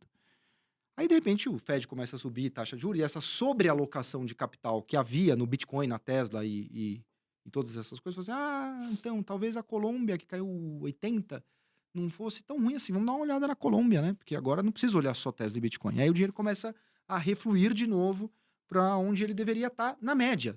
Não é que a Colômbia é maravilhosa, mas ela também não é tão ruim. Então é mais ou menos o caso brasileiro aqui. Então eu acho que esses componentes explicaram esse que a gente chama do D-rating, né? Essa queda na avaliação das empresas de tecnologia. E não acho que acabou ainda. Eu acho que ainda tem um ajuste por vir. Acho as ações de crescimento de tecnologia ainda caras. Isso explica o nosso short em Nubank também. Isso explica o nosso short em XP. Isso explica o nosso short em Traders Club. Porque acho que esse ajuste aí não tem mais empresa valendo 15 vezes receita no mundo. Para comprar uma empresa 15 vezes receita dela, eu compro... Porque muita gente fala, Microsoft, Apple, Google, agora. Porque muita gente quer começar pelas mais conhecidas, Não, né? e eu acho que essas ainda são melhores, porque elas geram muito caixa hoje já. Mas eu não acho que tá aí. Não acho que acho que, de novo, a combinação risco-retorno de bolsa brasileira tá melhor em outros nomes do que esse. Assim, o dinheiro precisa sair de algum lugar, né? Se eu quero comprar renda fixa local, bolsa local, imóvel local, fundo imobiliário, peraí, não vai dar para ter tudo, né? Então alguma coisa vai sacrificar. Então eu acho que eu sacrificaria a posição em bolsa americana nesse momento. Eu acho que vai ter um momento melhor para você comprar Apple, Microsoft, Google, Amazon. Não acho que seja a hora. Acho que vai ter uma hora maravilhosa. Não acho que agora. Também eu vou ter um grande problema se eu comprar Apple agora e eu ficar 5 anos? Muito provavelmente não. Mas eu acho que o S&P, que é o principal índice da Bolsa Americana, negociando a 15% acima da média histórica, com um risco real de recessão por lá, prefiro comprar a Bolsa Brasileira com 30% de desconto em relação à média histórica. Enquanto Sim. aqui a gente já está saindo do processo de alta de juros, não saindo no sentido que vamos cair, mas parando de subir, enquanto os Estados Eles Unidos estão atrasaram, começando a subir. Eles demoraram muito pra subir, né? A Felipe? Demoraram Europa, muito então, pra tá subir. dormindo, né? Eu acho Mas que coitada da Europa também tá Jeremy em guerra. Powell dormiu no ponto aí, É. né? Mas, Felipe, tem algum setor na bolsa que você não investe? Você fala, nossa, esse aqui dá muito problema. Não, acho que a gente não olha, a gente evita muito, né? Telecom é uma máquina de perder dinheiro histórica, e agora esse setor de fintech, essas fake techs e tal, essas coisas que foram listadas aí nesse período de euforia do ano passado, de que Traders Club é a representação mais canônica, marcou o pico da bolsa, né? Essas eu tô fora agora, como um todo. Aéreas, tranquila pra você? Não é tranquilo. Definitivamente não é tranquilo. Sobe, desce, o lucro pequeno no Eu ano. também não costumo gostar, não. É que tem gente que gosta, né? Não, eu particularmente, não gosto. Embora a Azul, a gente teve ali antes da pandemia, ganhou dinheiro, depois perdeu Tem um balancinho dinheiro. bom a Azul, né? Azul consegue andar bem. E é um management muito comprometido, muito bem feito, baixo, pouco alavancada, e muito eficiente. Mas com o petróleo a $120 é difícil, né? E tem muito risco regulatório, tem muita coisa envolvida, né? E é um setor é diferente de uma que a gente chama de barreira entrada, né? Um setor forte, tem marca forte, é difícil de entrar, né? Porque, putz, como é que você entra no setor bancário? Puta, é muito capital, os caras dominam o negócio, puta, já tem marca, já tem o cliente para tirar o cara de lá, né? Agora, o avião não, né? Você está estabelecido, o seu avião você tem custo de manutenção, porque ele está mais velho, você tem que trocar a frota. Tudo em dólar, né? E o aviãozinho novo não, né? Então é um convite à entrada. Então o avião novo é redondinho, não tem problema, não tem nada, tal, é sempre bacana. Então É um setor complexo. é um convite à entrada, enquanto a gente gosta de setores onde há barreira à entrada. Você quer, quero lá competir com a Cosan, vou fazer uma ferrovia do lado da Rumo. Cara, não vai dar para fazer uma ferrovia do lado da Rumo. Não dá para ter outro shopping Guatemi, é só aquele shopping Guatemi ali. Você pode fazer um do outro lado da ponte, mas não vai ser a mesma coisa do que o shopping Guatemi na Faria Lima. Então o ativo é irreplicável. Agora, avião, o novo vai ser melhor que o velho. Então é um convite à entrada, né? Não tem barreira à entrada. Então é um setor que eu acho complexo, também não tenho nada agora desse setor, não. Você falou de uma empresa e eu fiquei curiosa para saber sua opinião. Tesla. Você gosta do case? Não dá para comprar nesse preço, né? Eu acho assim, gosta do case? Pô, eu acho fantástico o que o cara fez, né? O cara revolucionou toda uma cadeia e provavelmente resolveu um problema de bateria e de toda essa dependência enorme de petróleo, que você não quer ficar na mão da Arábia Saudita, você não quer ficar na mão do Venezuela, você não quer ficar na mão da Rússia, né? Parece razoável você fugir um pouquinho dessa história, e o cara cumpre um papel importante nessa história. E a Tesla tem dentro de si outras várias empresas de tecnologia fazendo revoluções bizarras do carro autônomo e de bateria e de inteligência artificial. Então o negócio, a Tesla é muito mais do que uma empresa de carro, né? Então eu acho fantástico. Agora, o valuation, né? Não me dá conforto. Então, assim, tem coisa que é melhor Não compra mexer. agora. Porque tem gente muita gente me pergunta, Tesla caiu, eu compro Tesla? Não tem conforto, né? Você não consegue, pode ser qualquer coisa. Tem coisa que é melhor você deixar certos dinheiros antes da mesa. Um dos grandes erros eu tenho um grande amigo que era um super gestor de ações brilhante. E o Stuberger falou para ele assim, sabe por que você não é um cara mais brilhante, que você é muito inteligente, mas assim, porque você quer pegar todo o dinheiro de uma vez. É isso, sabe? Puta, não, você não... Ai, mas e se Tesla subir? Se Tesla subir, tudo bem. Né? Uma das coisas que as pessoas têm... Dois tipos de erro da ciência. Né? Uma coisa é você comprar algo e isso cair. Isso é destruidor para você. E você perdeu o patrimônio. Agora, você não comprar algo e algo subir, tá tudo bem. Não mudou nada na sua vida. Nesse momento que a gente tá sentado aqui, tem uma ação subindo muito no mundo. E você só não sabe. Então você tá tranquilo. Você vai, não. Ai, mas o meu vizinho comprou... Cara, deixa o seu vizinho lá. Sua vida não mudou nada. Né? O Buffett tem essa frase, né? Eu não consigo entender o cara que tem 50 milhões de dólares muito bravo porque o vizinho tem 51 milhões de dólares. Então, assim, puta, você perdeu uma oportunidade que o seu vizinho ganhou $1 milhão, então não mudou nada na sua vida. A Tesla vai subir. Puta, mas você não tem nenhum conforto para comprar Tesla. As decisões não podem ser julgadas a posteriori, né? Devia ter comprado Tesla. Não devia. Porque no dia que você tinha que ter tomado a decisão, você julgou que você não devia ter comprado. Passou. Não dá para você olhar em retrospectiva as coisas, né? Condicionado às informações disponíveis no momento da decisão, era correto comprar? Não você olhar para falar, devia ter vendido minha casa 10 anos atrás e ter comprado Bitcoin. Devia? Era uma decisão racional? E se caísse, Sim. né? Não era. Não dá pra saber. Você tem que fazer o que você tá confortável, que faz frente com o seu estudo e com a sua estratégia, E né? não com o resultado do processo. Você subir num avião que tem 10% de chance de cair e ele chegar do outro lado, você não tomou a decisão certa. Exato. Você não tomou a decisão, você foi um louco, que deu certo. Mas você foi um louco. Então, é com essa perspectiva de julgar ex ante, não a posteriori, que as pessoas têm que olhar os portfólios dela. Agora, Felipe, a gente tá falando do cenário externo, o dólar hoje a 4,70, 4,75, o que você acha? Eu sei que é difícil a gente falar, putz, daqui 5 anos o dólar vai estar 6 ou vai estar 4. Aham. A tendência histórica é que o dólar vai subir, Uhum. né? Desde 1994 até hoje ele veio subindo. Aham. Mas qual a sua opinião sobre o dólar? Não faz nada. Nesse momento não tenho conforto nenhum. No 5,60 parecia bem claro que estava caro. Nesse 4,75 aí, daí argumento para os dois lados, né? De um lado, a balança comercial brasileira vai muito bem. Esse ganhos de termos de troca, né? Ou seja, o que a gente vende está muito caro no mercado internacional. Petróleo, soja, boi, tudo isso tá super caro lá fora. Então, isso beneficia muito o Brasil. Foi esse benefício que a gente teve aquele grande ciclo do Brasil, do Lula 1, de 2003, 2007. Foi um benefício enorme dessa renda externa que veio, porque o que a gente vendia estava muito caro, e o que a gente comprava, que era manufatura, a China entrando no mercado, barateando tudo isso. Então, os termos de troca, que é a diferença do que você vende pelo que você compra, melhorou muito, e hoje é mais ou menos isso. A gente tem uma melhora de termos de troca importante, o Brasil se beneficia disso, nossa moeda também. Você tem um diferencial de juro muito grande. Então, você fala assim, se o dólar... Falar que vale a pena comprar dólar, hoje, é você falar que você acha que em 12 meses o dólar sobe mais do que 13,5%. O dólar a 13,5% é um dólar a 5,80, sei lá. Puto, parece que não vale mais a pena você ficar na Selic, né? Parece que e sem risco nenhum, sem volatilidade e tal. Então eu não faço nada. Não vendo, porque também os riscos existem, né? Você tem uma eleição difícil, você tem o Fed subindo taxa de juro, você tem riscos de toda a natureza, né? O dólar, né? Entre estar em real e estar em dólar, a princípio eu quero estar em dólar. Nada contra o real especificamente, é que todo mercado emergente é mais problemático do que o mercado desenvolvido. Então, em estar em iene e estar em real, eu prefiro estar em iene. Entre estar em franco suíço e estar em real, eu prefiro estar em... Porque preserva mais valor de compra do que moeda que é mais inflacionária, como é qualquer moeda de mercado emergente. Então, a princípio, eu queria estar em dólar. Mas Parte do seu patrimônio tá lá fora? Tá, mas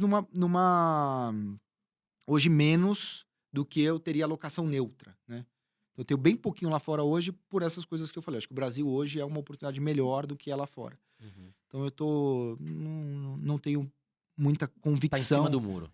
Meio não faz... Você não precisa ter uma opinião sobre todos os Sim. ativos, né? Assim, puta, aqui Tesla, não mexo. Dólar, agora não mexo. Não acho que é pra comprar nem pra vender. Então não faço nada. Tá certo. Assim, tem 3 setores que, na minha visão, são os melhores para investir na bolsa, que eu acho que são os mesmos do André. Que setores que você... 3, assim, que você fala, não, esses setores, eu acho, Carol, que são os melhores para investir na bolsa no Brasil. Conjuntural ou estrutural? Se agora ou sempre? Não, sempre. Onde a gente costuma ter mais, os analistas, né? Mais facilidade de modelar, é o que a gente chama do cíclico doméstico, né? Esses nomes varejo. É mais fácil você modelar o varejo do que você modelar a commodity. Porque é isso, a commodity você não sabe, ninguém sabe para onde vai o petróleo. Ciclos, né? É isso, então é muito difícil. Então varejo é um negócio que é legal de ter. Quando você fala varejo geral ou vestuário, farmácia? Farmácia, sim, porque é muito resiliente, cresce muito, mas tem o negócio do valuation, né? Que a gente pensa em raia, então... mas assim, esses nomes que você consegue ter uma certa resiliência, igual a Hypera, que é o setor também que era hipermarcas, né? Então o setor de infraestrutura é um setor que a gente gosta bastante também. Então infraestrutura e consumo, acho que seriam 2 setores que... Elétrica. Elétrica também, que a era Dilma sujou muito isso com o negócio da MP 579. Mas elétrica, principalmente nesses níveis, também é muito fácil de modelar, contanto que não haja canetada.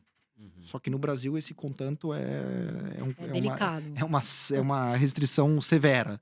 muitas vezes ele acontece, né? Igual Então, saneamento, né? Saneamento tomou canetada aí e tem empresa sofrendo. né? Sanepar é um clássico, né? É. Barata, agora vai alguém lá e caneta. Então Você gosta de Sanepar?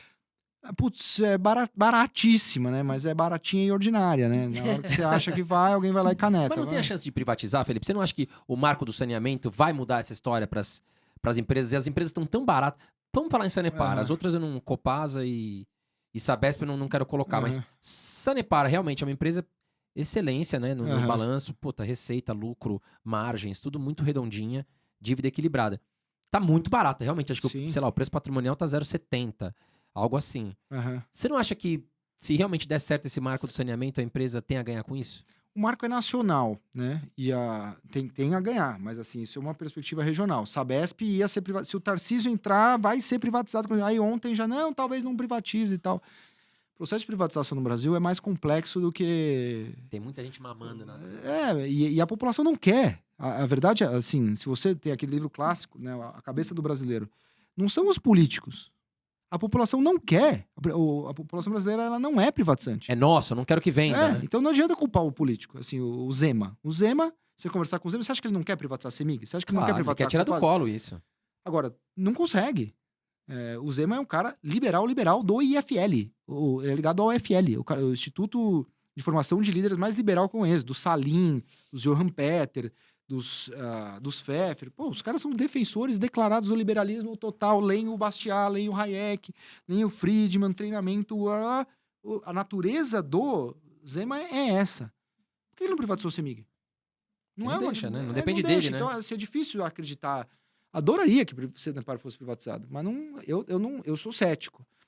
Se eu vir alguma coisa, começa um burburinho, eu posso mudar de ideia. Hoje, eu não vejo. Se começar, beleza, vou perder os 10% de alta iniciais, mas eu acho que aí a ação tem mais 90 para subir. Daria para pegar ainda, entendeu? Então, eu acho... E a Eletrobras vai ser privatizada, Felipe? Qual a sua opinião? Acho que agora vai. Agora e a chance de subir mesmo, assim, valorizar? Você acredita agora que agora vai? Eu acho que agora, assim, no dia da oferta, acho que tá meu feeling, né? Assim, não tenho nenhuma informação, mas meu feeling é que sai mais perto de 40. Esse deal acho que deve ser ancorado ali na casa de R$40 por ação. Estava um pouquinho acima disso, então não precisaria comprar agora, deixar vir ali para perto de 40.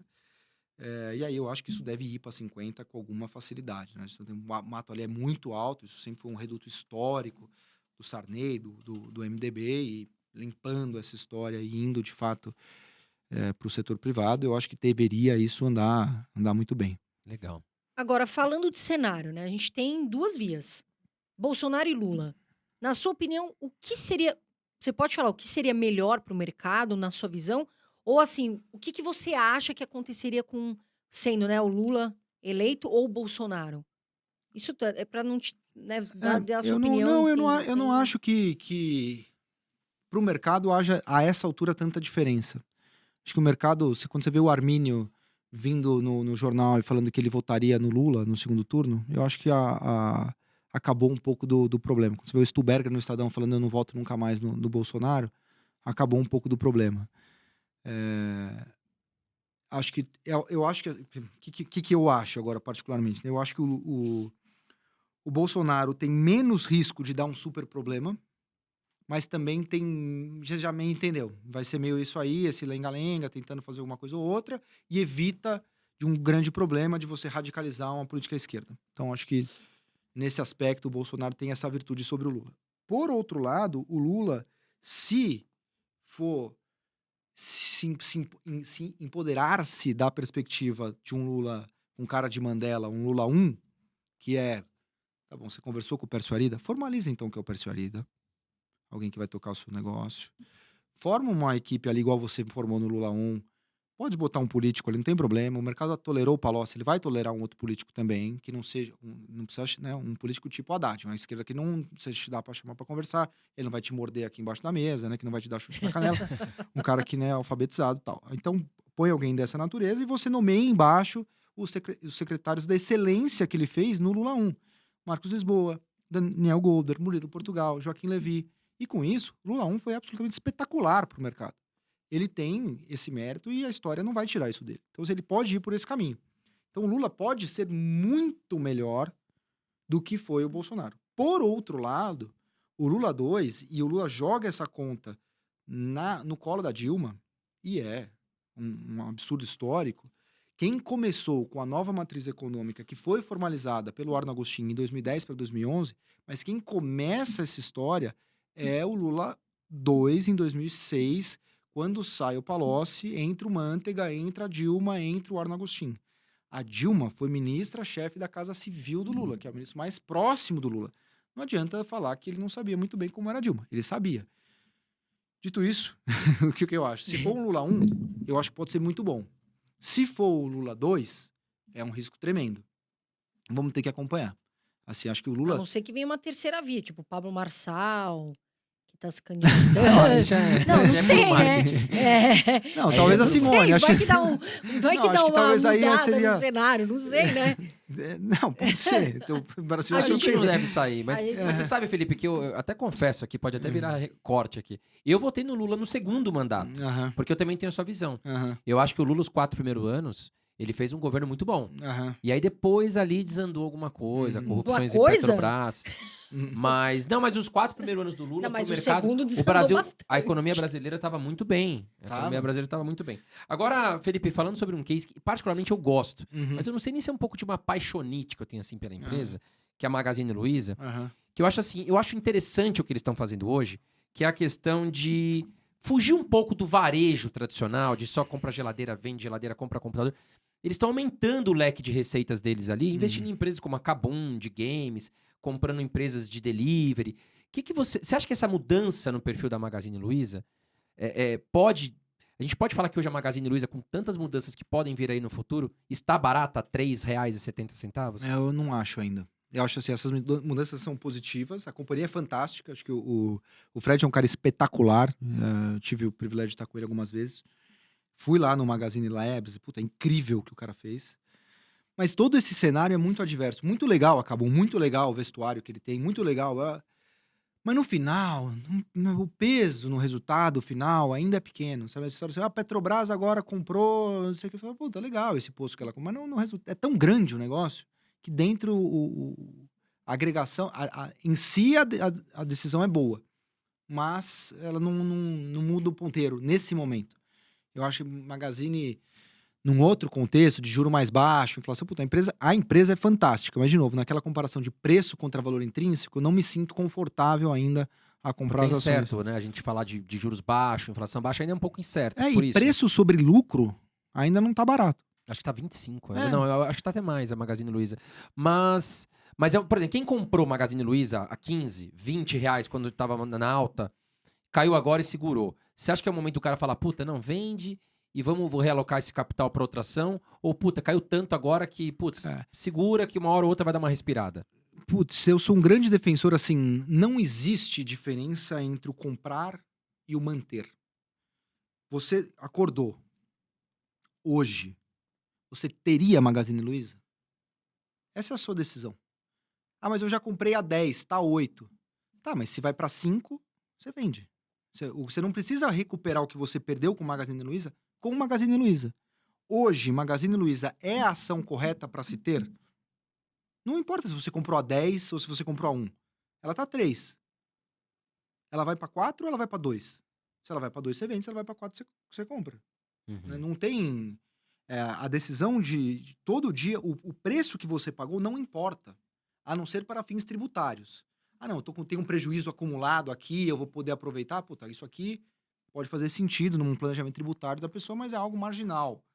Agora, normalmente, assim, se você pagou 10 ou se você pagou 1, não importa. Isso é você com o seu ego, porque você não quer admitir para si a perda, mas você já perdeu. Você comprou a 10, já está 3, você já está perdendo. É a marcação a mercado. O seu imóvel, você só não está vendo, mas ele está mudando de preço todo dia. Você já perdeu, você já ganhou no seu imóvel. Não importa se vai vender ou não. A composição patrimonial, quando você vê lá a lista da Forbes, não é que o cara tem aquilo em dinheiro, é aquilo marcado a mercado com os ativos que ele tem. Então, o seu patrimônio já caiu de 10 para 3. Ah, não, só realiza quando... Mentira, você só não entendeu o conceito de marcação a mercado. Os ativos são marcados a mercado. Então, você tem esse relógio, você tem essa camiseta, tudo isso compõe o seu patrimônio. Se estivesse listado em bolsa, isso ia estar variando. Sim.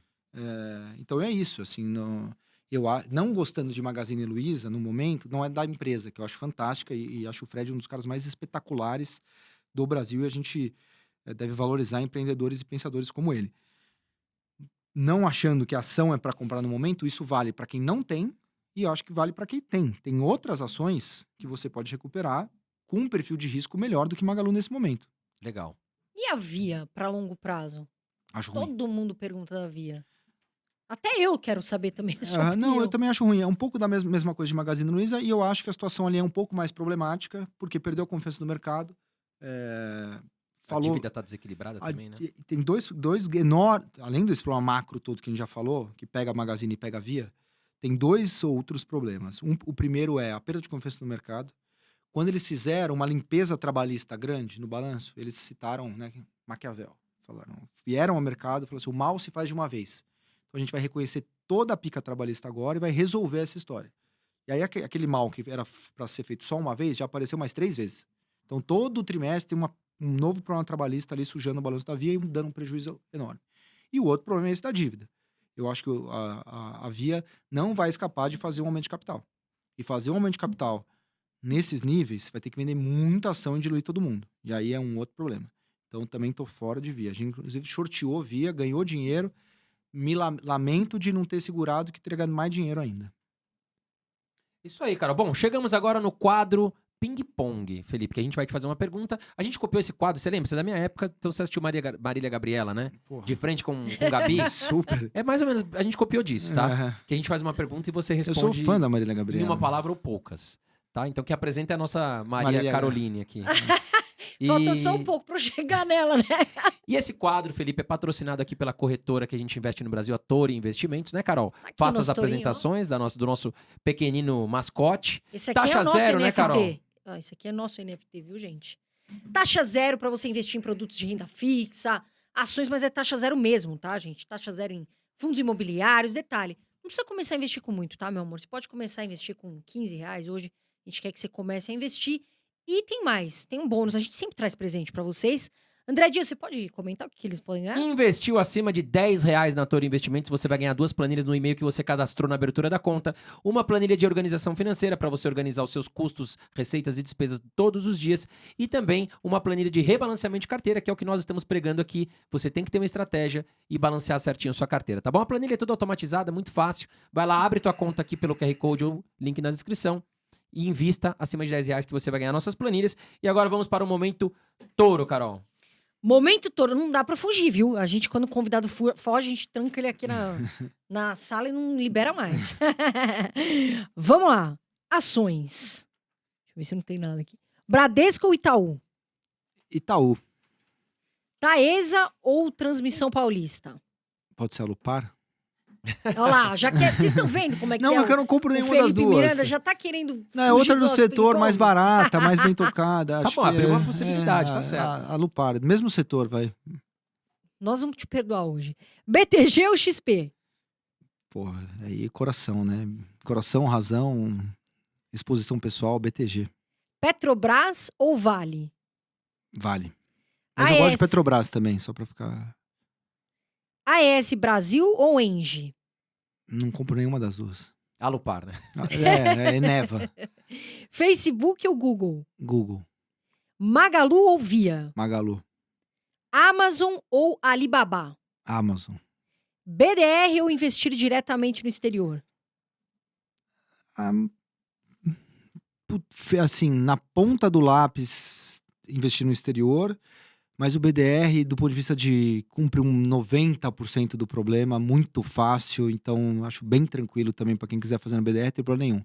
Às vezes as pessoas, elas subestimam o quanto a praticidade, a facilidade, o 2 cliques facilita a vida delas. Então, não, mas eu fui aqui lá fora, demorei 3 horas para fazer, eu economizei R$3.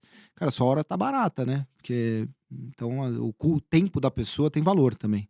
Sim. Então, acho que o BDR cumpre um bom papel, mas quem tem um patrimônio bacana, e acho que a experiência lá fora, ela é inclusive muito mais rica, porque ela te dá várias outras possibilidades, né? Tradar opções, tradar futuros e tal, coisa que a gente não REITs consegue. também, REITs. Então, ETFs, interessante. Nubank ou Banco Inter? Pô, difícil essa. Não, acho que Banco Inter. Mas eu gosto muito do Davi, que foi muito legal comigo. Sabe o que eu achei legal? Vamos falar aqui. Você vai lançar amanhã esse livro, né, Fê? Vou. Tá Olha aqui, aí, Carol. o Filho Rico. Olha só o livro do Felipe. Me explica um pouquinho, é pra crianças? Como que é? Que bacana aqui. Ele não é tão para crianças, mas ele pode ser lido assim por crianças um pouco mais já assim 11 anos, 12 anos. 11 lições para a riqueza e o sucesso. Vou ler todas as lições. Você já tá super rica e Ah. bem-sucedida também. Mas é uma... O Ray Dalio tinha feito algo parecido, né? Porque a gente fez o Princípios do Estrategista, que é o livro anterior, e o Ray Dalio fez o Princípios, a gente se inspirou bastante no Princípios do Ray Dalio, que é o maior gestor do mundo, e depois ele fez o Princípios para Crianças. E aí é mais ou menos essa mesma trajetória. O filho rico. E uma perspectiva de tentar dar a educação financeira à base, né? De levar isso, quanto antes você tiver em contato com investimentos, com economia, acho que mais simples vai ser a sua trajetória, mais profícua, e até num ano como esse, assim, vai evitar um pouco do populismo, né? Se as pessoas soubessem de economia e finanças, elas acho que votariam mais conscientes e evitariam populistas no poder. Então, acho que é um livro pertinente para o ano. Tá aqui, ó, gente. E aonde que encontra, Felipe? Já tem algum site, alguma Tá livraria? em todos os lugares já. Você já encontra nas livrarias e nos melhores e-commerces, na Via, na Magalu, na Amazon, tá lá. Coloca no Google e acha o livro. Isso É só aí. colocar no suas Google redes. Filho Rico de Felipe Miranda que você vai ser Todo direcionado. mundo quer ter o filho rico, né? Todo mundo quer ter. Todo mundo deve conhecer o Felipe Miranda, muitos talvez não conheçam, mas agora já conhecem. Viram um bate-papo muito bacana. Quero te agradecer por você estar aqui com a gente. Prazerzaço. A gente admira muito o seu trabalho. Você é muito Igualmente. inteligente. Felipe tá falando aqui, eu tava viajando, porque é tanta coisa que você vai anexando no seu cérebro, sabe? E deixa suas redes pra gente. Pô, eu só tenho o Instagram. Eu tenho o LinkedIn agora também, né? Tem o LinkedIn do Felipe Miranda. E tem o Instagram. O Felipe O Felipe _Miranda. Tô lá também no Instagram. Essas são as minhas redes. Legal. Gente, muito obrigado por vocês estarem com a gente aqui. Mais um episódio do Irmãos Dias Podcast. Né? Só agradecer. E o meu recado final é: invista bem, diversifique que você dorme bem. E o recado final da Carol: Gente, investe que seu futuro agradece. Dá o seu like. Ajuda a gente, porque pra nós é muito importante. A gente traz aqui esse canal com muito respeito, muito carinho, pra vocês aprenderem a investirem melhor. Quero te agradecer, Felipe, por estar aqui. Todo sucesso, que Deus abençoe você, sua família, enfim, tudo que você faz nos seus projetos. Muito obrigado. Foi uma honra, um privilégio. Puta papo gostoso. Espero ter aí não frustrado vocês e todos que estão nos ouvindo. Foi um prazer estar aqui. Obrigadíssimo. valeu, gente. Até a próxima e nos vemos, hein? Beijo, voa Brasil e até o próximo episódio.